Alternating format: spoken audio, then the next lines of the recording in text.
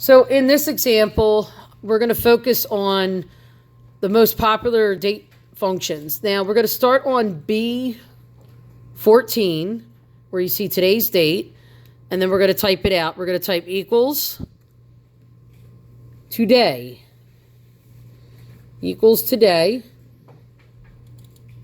left and right paren, and then you hit enter, and you should have April 17th of this year.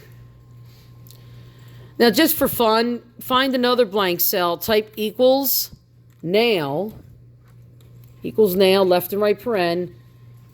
Now, interesting, this is already formatted, whether you knew it or not. See how this cell doesn't look like a date? Of course you know it's not a date.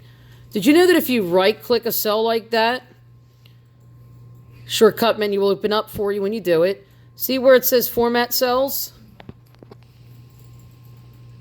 Format Cells. So we're going to go right-click on the cell that you just put in the date, or you tried to put in the date. Format Cells. See, it's set to something that somebody else did before us. So I would change it back to date. And then click OK. And there we go. And let's just try another cell. Let's try this one over here. So we said equals now, left and right paren, and then enter. Because you just selected a short date, that's why it looks like the other one. But reality is, when you're using the function in a cell that's not automatically formatted, it should give you both the date and time. Make sense? Now, here's the thing. When you use these types of functions, like any function, it's going to update automatically. Tomorrow, it won't say the 17th. An hour from now, it won't say 10:41.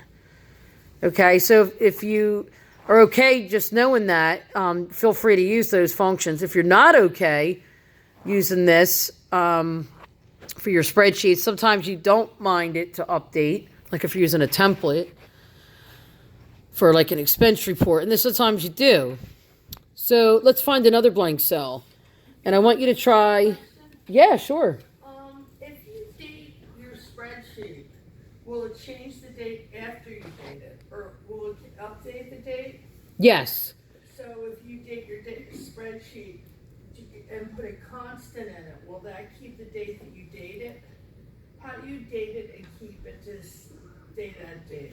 Oh, in that case, I wouldn't use a function because it will. You could, you could do that. You can manually type it in, or you can do it this way. You can put in, hold on. You could use the shortcut, which is, I'm going to type it up here. It's Control and this symbol, Control colon. And that will give you a date that is constant. It will never change. Now, if you want to do both the date and time, try using this shortcut. Control Shift colon.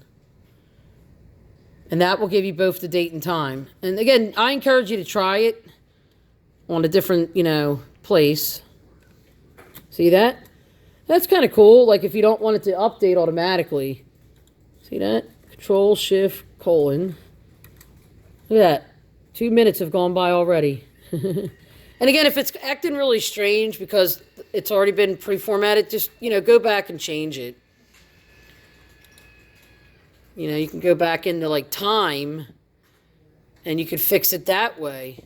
See, there's date and time formats. Like I said, remember if you right click, format cells, there's one called time right below date. You just got to figure out the format that you want.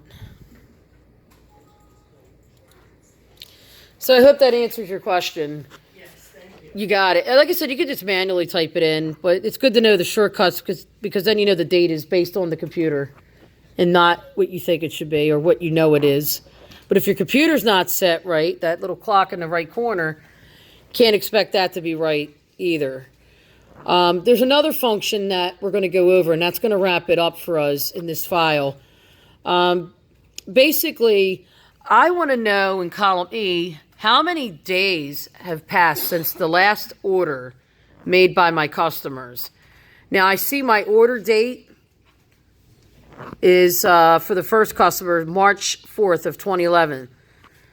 I already have today's date in, so I want to know from this month and year and this day, how many days has it been since their last order. So that's what we're going to focus on, okay?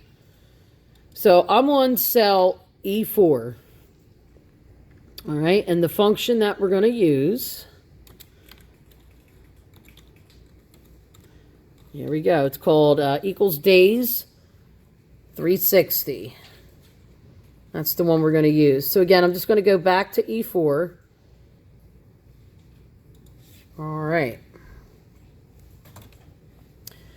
So our date and time functions, just so you know, they're listed under the formulas tab. Date and time is the name of the category. It's like an orange book. All right. So we're looking for, here it is, days 360. Returns the number of days. You have to have at least 2 dates. That's why we put today's date in there. Okay. And it's based on a 360-day year, 12 30-day months. Okay. So make sure you're using days 360. And then when the window opens up, you'll see 3 arguments. Start and end date. And then you have method. Now, method is optional. You could use either US NASD or you could use European. It's a logical type of, value. It's for like your your calculation method. So let's take a look at this. So we have our start date. So any suggestions? What should we use for our start date? Last order. Okay, the last order date. What do we use for the end date? Right, today's date. And it's been 2,563 days. If the worst thing that can happen, if you get this backwards, you're going to end up with a negative number. Okay? So you don't want negative, you want positive. Okay? If you're ever in doubt. So I'm going to click OK. 2,563. Now I'm going to use the autofill handle. Just going to double click it or drag it down. Let's see, is that right? Why isn't it right? And you are correct because you said it's not right. What did we not make sure that we do with constant values? I like that response. Yes, here's what we need to do. First of all, I would delete all these negative numbers. We didn't make it absolute. We didn't make today's date absolute. So what I would do, guys, I would go back to E4. Come up here to your formula bar. See this little insert function button? I would click on that so you can see the whole big picture. So it's B14 that you got to click on in the dialog box. And what's the shortcut? F4. F4 makes it absolute. That is like so important. It's a reference that doesn't change. So again, you want to click OK. Now when I copy it down, I'm in business. See, when you see a positive and then you try to copy and all of a sudden you see negative, that should be a sign that that's wrong, right? Now, if you want to have a little fun with this, you can have a little Excel fun with you. I want to put in here something. Whoops. I'm going to copy that. All right. And it's going to say today's date. What am I doing here? Shoot. Okay. And then I'm going to put in here another label. It's going to say, how many days has Patty been alive? From now until the day I was born. Oh my gosh. I can't believe I'm going to do this. All right. So I'm just having fun. But it's a great way to review. All right. So I got to change this label.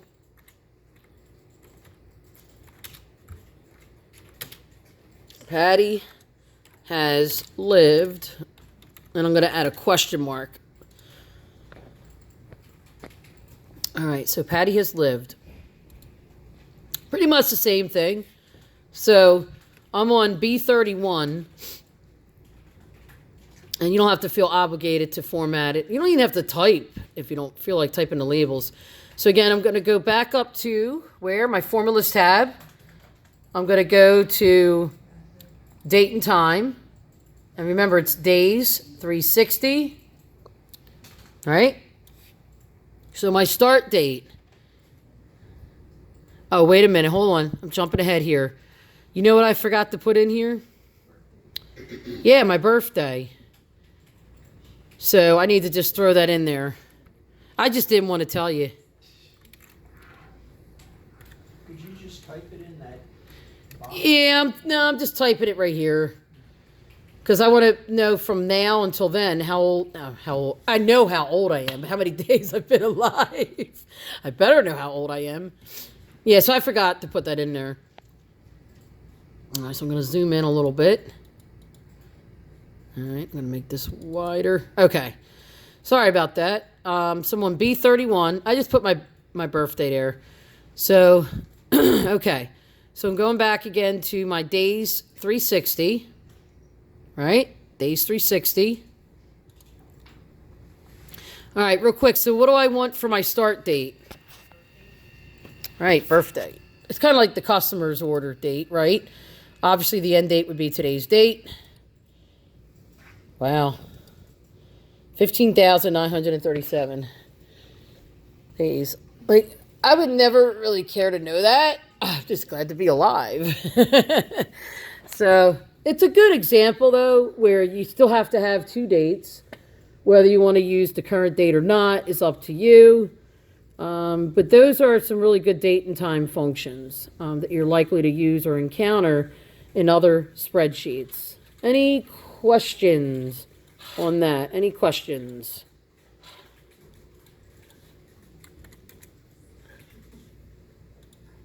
Are you feeling like this guy right here? That's a big question mark. That's what happens when you insert pictures. You never know, like, what size they're going to be.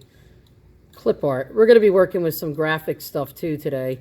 It's going to be fun before you head out. I know we're here till, like, 11:30. Well, it's not so bad. At least you're not here till, like, 12 or 1. Anybody feel like that? All right. You can actually save this document. I'm just going to go to File real fast. And I'm going to go to Close. File, Close. My clip art thing over there. So what I really want to focus on next would be like the charts. I think that and kind of working with multiple sheets might be really helpful. So whenever you're ready, please go back to your File tab. Notice where it says, Recent. Recent. Now, if you remember, we recently added a folder with our name on it, right? That one's got a push pin on it. So I think it would be this one. Let me put a push pin on that. Goes to the top of the list. I like showing people this stuff. All right, so I'm going to go back. And you should have 18 items there. All right, see the first file? Top of the list. Charts. That's the one. So we have a chart here on the first quarter sales. All right. That's a good column chart. It's great if you want to compare like that. In order to build a chart, you got to select the data, but go through the other worksheet tabs at the bottom. You see how these other charts, except for like this one, and don't worry about the last two pages. There's nothing there to really see. You see how they're on like their own page? Much larger, right?